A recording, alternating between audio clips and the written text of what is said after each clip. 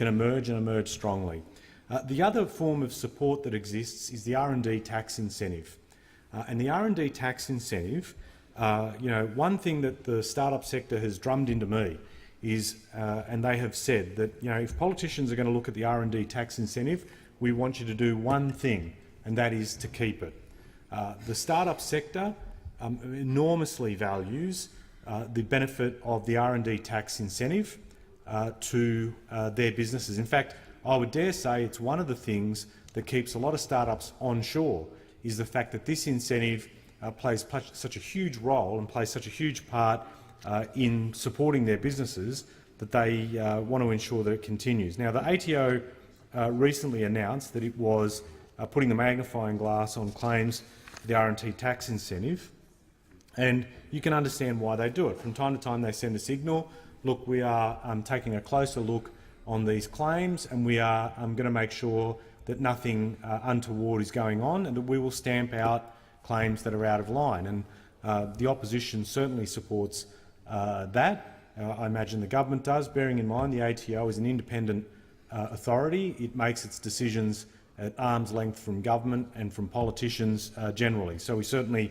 appreciate that. But I am compelled to speak on this matter in the context of what this bill is doing generally, which is keeping a close eye on incentives and the way that they are applied in the taxation space. And I'm compelled to speak because of a very powerful piece I saw in the Australian Financial Review today by the CEO of the startup sector's peak body, Startup Oz. Alex McCauley has written a very important piece, I thought, in the Australian Financial Review today, highlighting that back on February 20, the ATO issued advice saying that it would be, or an alert related to the R&D tax incentive.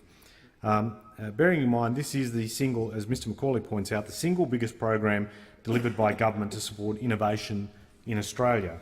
Now, the alert notes that most software development will not be considered eligible for support under the R&D tax incentive.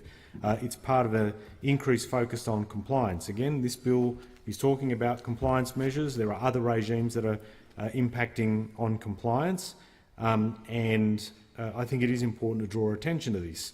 Now, it is seeking to limit the growing cost of the R&D tax incentive, a program that, as Startup Oz notes, has been central in driving the growth of innovation in this country.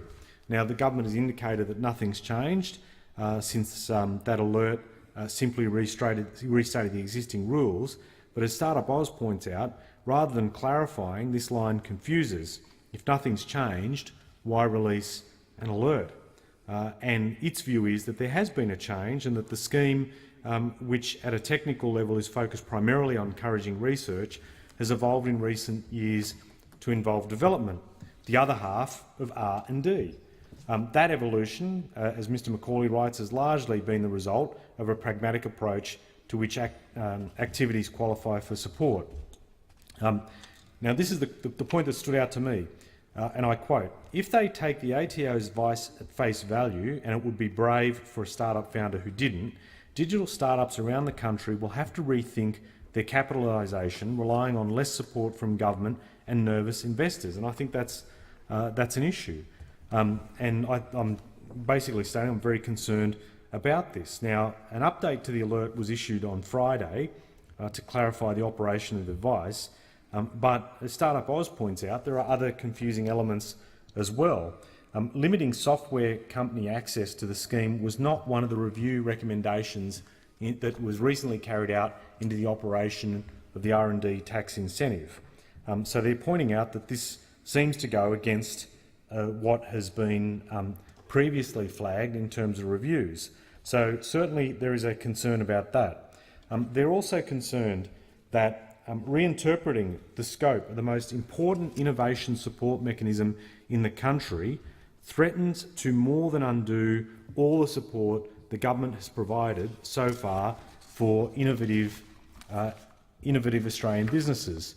If that wasn't the intended consequence, it needs swift and clear remedial action which explicitly brings digital startups back into the fold. I think the sector is sending a very clear message that while they appreciate that the whole arrangements around R&D tax incentives are being reviewed.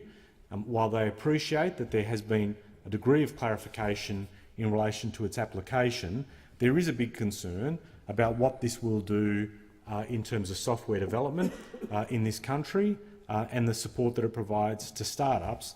And frankly, if we don't speak up on this, the concern is that it will just go through and it will have a big impact on startups. Now, can I just say, this is not a partisan point I'm making, and it's easy for me as an opposition spokesperson to make this comment. It's a lot harder for those opposite to do so, and I respect that they have limitations in being able to speak up on these matters.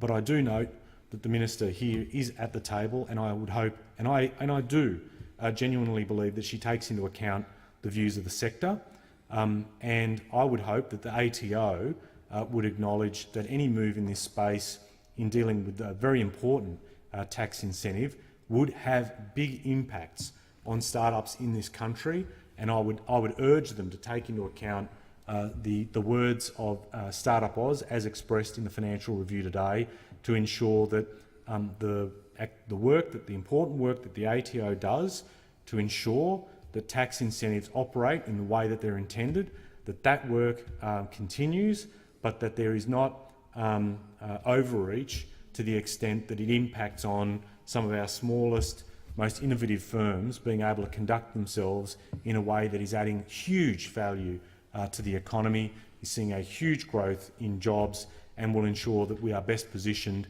to grow into the future. And